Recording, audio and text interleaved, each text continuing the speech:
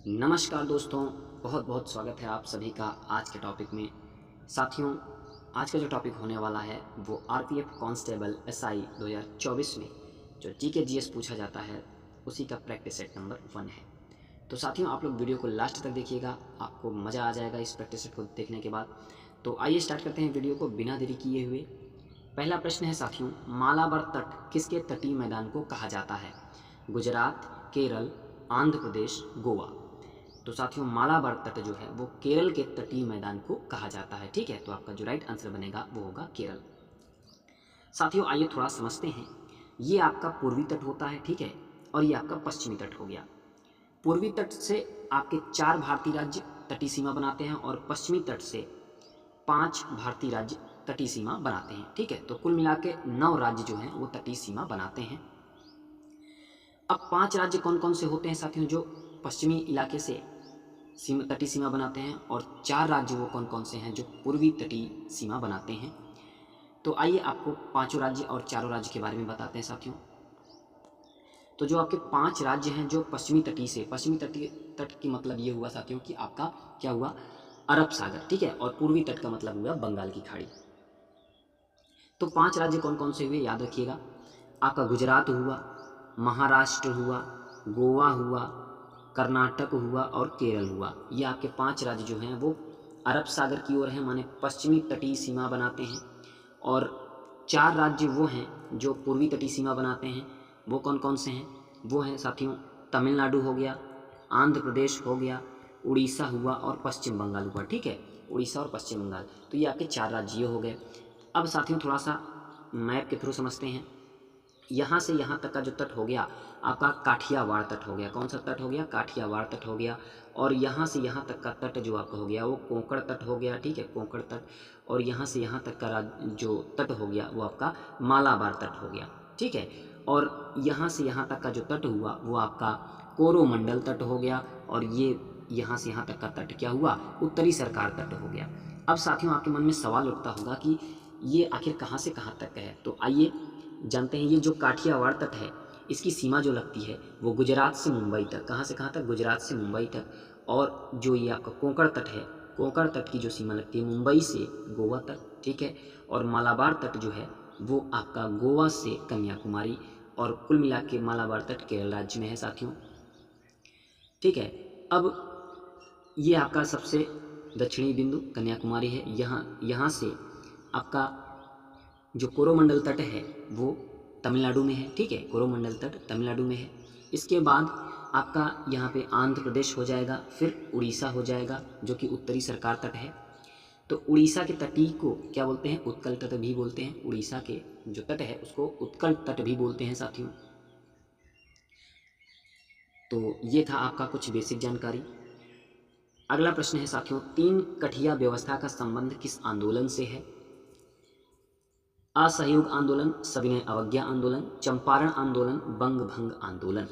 3 कठिया आंदोलन का संबंध, 3 कठिया का आंदोलन का जो संबंध है साथियों वो है आपका चंपारण आंदोलन से संबंधित है। ठीक है, 3 कठिया व्यवस्था होता है क्या साथियों? 3/20। 3/20 का मतलब वो 20 बीघे का, 20 बीघे में आप 3 बीघा जो है वो नील की खेती करेंगे। ठीक है, 20 बीघा में 3 बीघा आप नील की खेती करेंगे। यही था 3 कठिया व्यवस्था। ठीक है, और चंपारण आंदोलन इस व्यवस्था से संबंधित था। चंपारण आंदोलन की जो शुरुआत होती है 1917 में बिहार में हुआ था। और गांधी जी का यह पहला सत्याग्रह था। ठीक है, गांधी जी को बुलाया था रामचंद्र शुक्ल ने। किसने बुलाया था? गांधी जी को जो बुलाया था वो रामचंद्र शुक्ल ने बुलाया था। और गांधी जी के जो सहयोगी थे वो राजेंद्र प्रसाद थे। कौन कौन थे? राजेंद्र प्रसाद थे गांधी जी के सहयोगी, और कृपलानी थे। ठीक है, महादेव देसाई थे और डॉक्टर अनुग्रह थे। ठीक है, तो ये लोग सहयोगी थे गांधी जी के। अब साथियों असहयोग आंदोलन की बात करें तो असहयोग जो आंदोलन अगस्त 1920 में हुआ था। ठीक है, अगस्त 1920 में। सविनय अवज्ञा आंदोलन जो चला था वो 1930 से 34 तक चला था।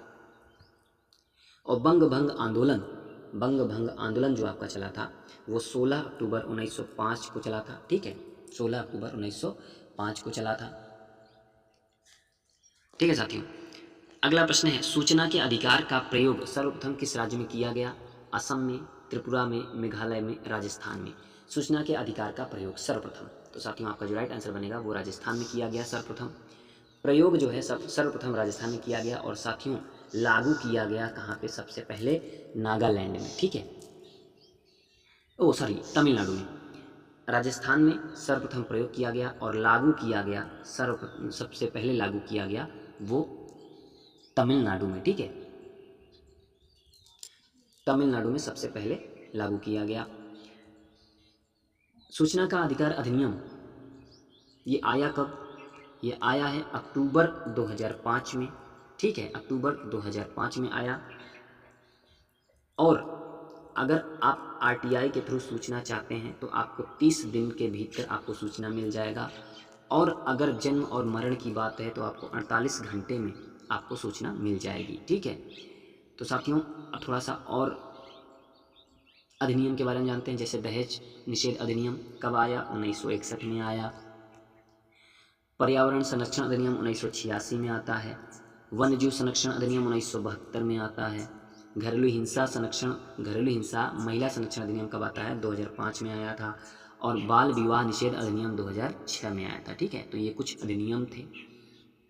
साथियों एक बात और आपको बताना चाहते हैं कि जो सबसे पहले देश में सबसे पहले लागू करने वाला कौन सा देश है? वो है स्वीडन, ठीक है। स्वीडन जो है वो सबसे पहले लागू करने वाला देश है, और राज्य आपका तमिलनाडु है, ठीक है। अगला प्रश्न है, दुनिया की सबसे लंबी नदी मानी जाने वाली अमेजन नदी जिसकी लंबाई 6400 किलोमीटर है के उत्तरी भाग में स्थित है?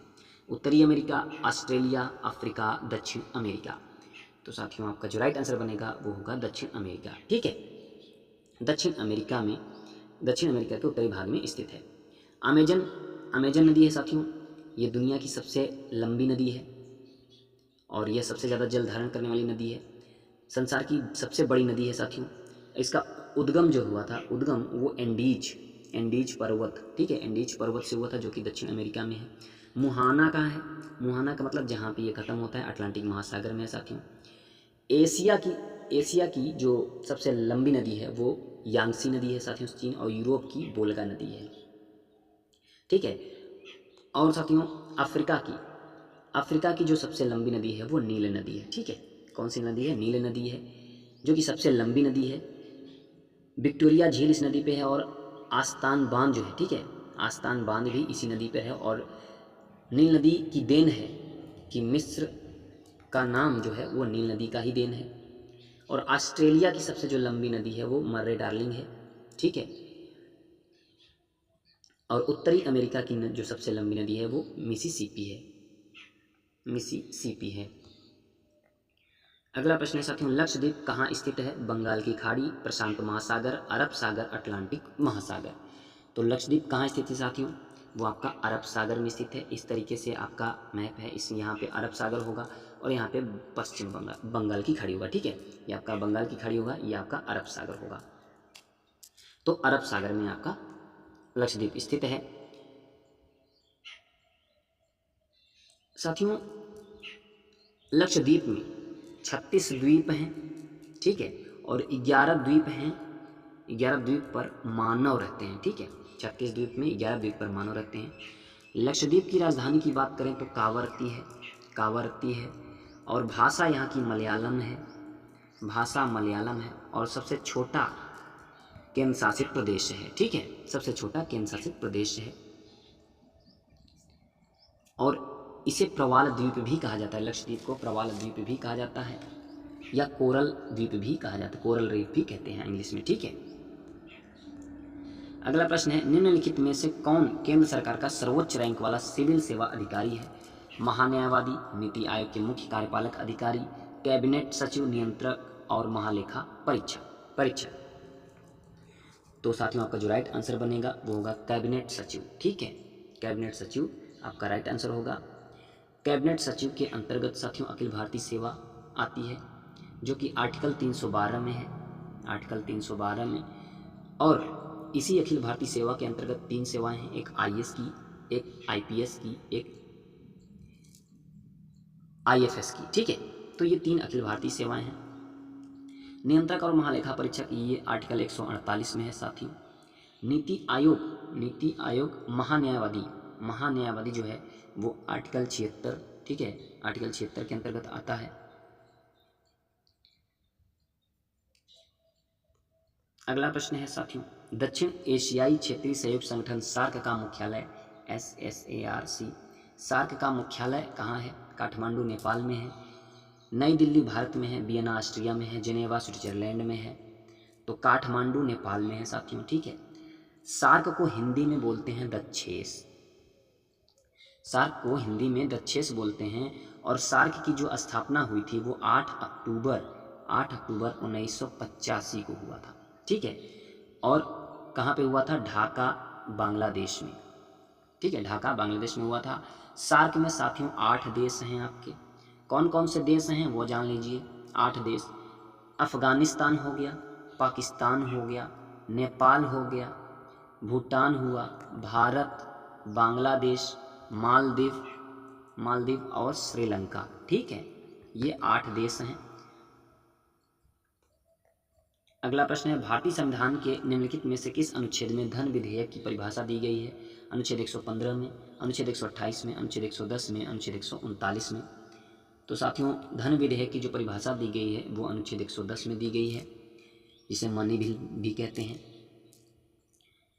लोकसभा और राज्यसभा, लोकसभा में पारित होता है, इस बिल को पारित किया जाता है मनी बिल को, और राज्यसभा 14 दिन में हस्ताक्षर कर दे तो ठीक, नहीं तो तब भी सिग्नेचर मान लिया जाता है।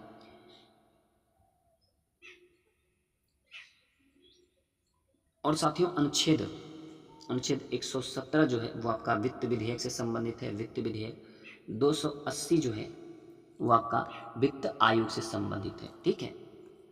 वित्त विधेयक और वित्त आयोग 280 वित्त आयोग से संबंधित है और 117 वित्त विधेयक से संबंधित है।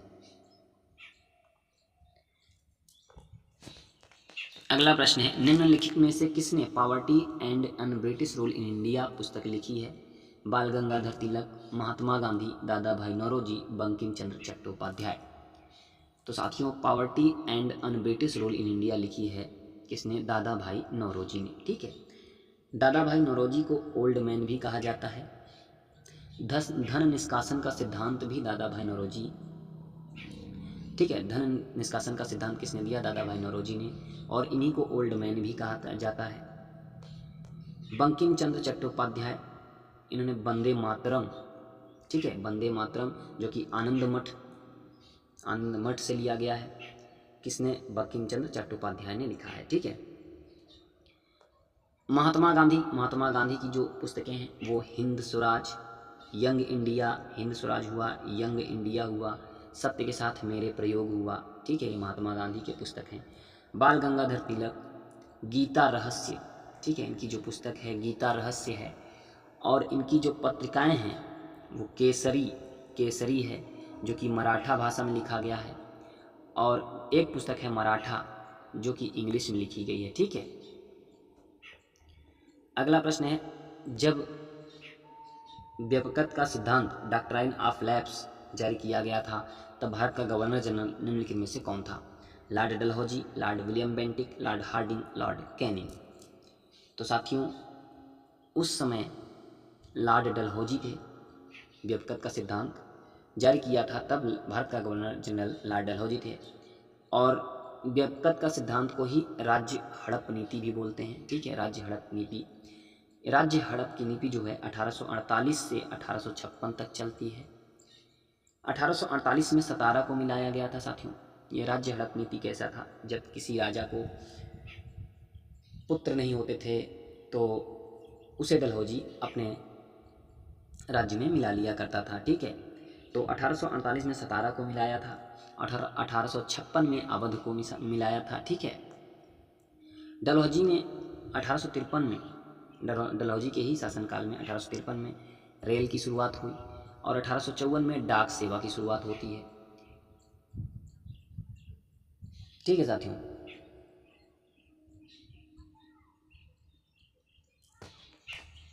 अगला प्रश्न है, विश्व मरुस्थलीकरण एवं सूखा रोकथाम दिवस किस तिथि को मनाया जाता है?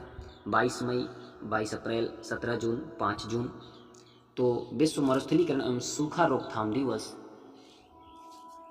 साथियों 17 जून को मनाया जाता है। 17 जून आपका राइट आंसर होगा, ठीक है। और 22 मई को अंतर्राष्ट्रीय जैव विविधता दिवस मनाया जाता है। और 22 अप्रैल को विश्व पृथ्वी दिवस मनाया जाता है, ठीक है।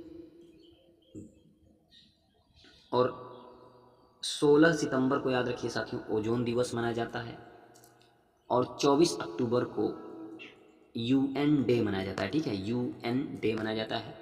और 2 फरवरी को आर्द्र भूमि दिवस मनाया जाता है। 21 फरवरी को मातृभाषा दिवस मनाया जाता है। और 22 मार्च को जल दिवस मनाया जाता है, ठीक है। अगला प्रश्न है, निम्नलिखित में से कौन सी एक नदी भारतीय गंगा नदी बेसिन का हिस्सा नहीं है? क्षिप्रा नदी, ठीक है, क्षिप्रा नदी, अजय नदी, जलांगी नदी, जोंक नदी। तो कौन सी एक नदी भारतीय गंगा नदी बेसिन का हिस्सा नहीं है? तो साथियों जोंक नदी नहीं है। जोंक नदी जो है वो महानदी की सहायक नदी है, ठीक है, महानदी की। और महानदी कहाँ है? उड़ीसा में साथियों। और हीराकुंड बांध जो है वो महानदी पर है। क्षिप्रा नदी साथियों, क्षिप्रा नदी चंबल की सहायक नदी है। और चंबल जो है यमुना की सहायक नदी है। और यमुना जो है गंगा की सहायक नदी है, ठीक है। और अजय नदी जो है आपकी पश्चिम बंगाल में है, वेस्ट बंगाल में है, ये भी गंगा की सहायक नदी है। जलांगी नदी ये भी पश्चिम बंगाल की नदी है जो कि गंगा की सहायक नदी है, ठीक है साथियों। क्षिप्रा नदी के तट पर उज्जैन जो कि एमपी में है, उज्जैन जो है जहाँ पे महाकुंभ लगता है, क्षिप्रा नदी के तट पर ही है, ठीक है। अगला प्रश्न है, शनि ग्रह के वायुमंडल में निम्नलिखित में से कौन सी गैस सबसे अधिक मात्रा में पाई जाती है? Nitrogen, carbon dioxide, methane, sulphur dioxide. तो साथियों आपका जो राइट आंसर बनेगा वो मीथेन होगा, ठीक है। मीथेन CH4 होता है। CH4 अमोनिया के बादल बने होते हैं। और शनि ग्रह साथियों दूसरा सबसे बड़ा ग्रह है और सबसे कम घनत्व वाला ग्रह है शनि ग्रह। सर्वाधिक उपग्रह जो साथियों हैं वो शनि ग्रह के हैं, जिसमें 145 उपग्रह मिलेंगे। टाइटन शनि का एकमात्र ऐसा ग्रह है साथियों, टाइटन, जहाँ पर वायुमंडल पाया जाता है, ठीक है। और पृथ्वी का उपग्रह जो होता है वो चंद्रमा है, ठीक है। और मंगल के जो उपग्रह हैं वो फोबोस और डिमोस हैं। सबसे छोटा जो उपग्रह है फोबोस है। और सबसे जो बड़ा उपग्रह है वो गैनीमेड है जो कि बृहस्पति का उपग्रह है साथियों, ठीक है। अगला प्रश्न है, नारली पूर्णिमा भारत के किस राज्य में मानसून के मौसम के अंत का प्रतीक होती है? बिहार, तमिलनाडु, पश्चिम बंगाल, महाराष्ट्र। तो नारली पूर्णिमा भारत के किस राज्य में मानसून के मौसम के अंत का प्रतीक है साथियों? तो ये महाराष्ट्र का है। महाराष्ट्र में ही साथियों काला घोड़ा उत्सव मनाया जाता है, एलिफेंटा उत्सव मनाया जाता है, नागपंचमी मनाई जाती है, ठीक है। और पश्चिम बंगाल में दुर्गा पूजा, काली पूजा, ठीक है, पश्चिम बंगाल में मनाया जाता है। और बिहार में साथियों बिहुआ, ठीक है, बिहुआ जो है बिहार में मनाया जाता है। और बिहू जो कि असम में मनाया जाता है। तो कन्फ्यूजन मत होइएगा बिहुआ और बिहू में। बिहुआ जो है बिहार में मनाया जाता है उत्सव और बिहू असम का उत्सव है, ठीक है। अगला प्रश्न है, चंद्रयान 3 को किस रॉकेट से लॉन्च किया गया है? PSLV-9, SSLV-7, LVM-3, M4, GSLV-5। तो साथियों चंद्रयान 3 को LVM-3 M4 से लॉन्च किया गया था, ठीक है, जो कि 14 जुलाई 2023 को लॉन्च किया गया था साथियों। और 23 अगस्त 2023 को लैंड हुआ था। जो लैंडर था साथियों उसका नाम था विक्रम, ठीक है, लैंडर जो था वो विक्रम था। रोवर था वो प्रज्ञान था, रोवर का नाम प्रज्ञान था। लॉन्च किया गया था साथियों इसरो से। कहाँ से? इसरो से लॉन्च किया गया था। श्रीहरिकोटा द्वीप सतीश धवन अंतरिक्ष केंद्र से लॉन्च किया गया था, ठीक है। अगला प्रश्न है, निम्न में से किस संविधान संशोधन के माध्यम से संपत्ति का अधिकार मौलिक अधिकार के रूप में अस्तित्व में नहीं रहा? तो साथियों 44वां संविधान संशोधन 1978, ठीक है, के तहत अब यह अस्तित्व में नहीं रहा है। अगला प्रश्न है, सियोल किस देश की राजधानी है? North Korea, south Korea, Kenya, Jordan? तो साथियों साउथ कोरिया जो है, ठीक है, साउथ कोरिया की राजधानी है सियोल।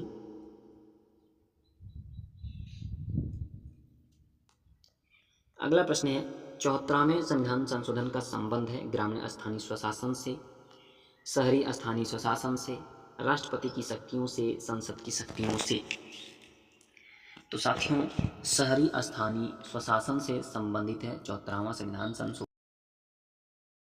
प्रश्न है, उकाई सिंचाई परियोजना भारत में किस राज्य में स्थित है? मध्य प्रदेश में, गुजरात में, कर्नाटक में या फिर महाराष्ट्र में? तो उकाई सिंचाई परियोजना भारत के किस राज्य में स्थित है साथियों? तो गुजरात में स्थित है, ठीक है। उकाई परियोजना काकरापाद, ठीक है, ताप्ती नदी पर है, और सरदार सरोवर बांध नर्मदा नदी पे है जो कि गुजरात में, ठीक है साथियों। तो ये था आपका practice set RPF constable SI 2024 का। तो कैसी लगी प्रैक्टिस सेट आप लोग जरूर बताइएगा। अगर वीडियो पसंद आए तो साथियों आप लोग एक लाइक और चैनल को सब्सक्राइब जरूर करिएगा और अपने दोस्तों तक शेयर जरूर करिएगा।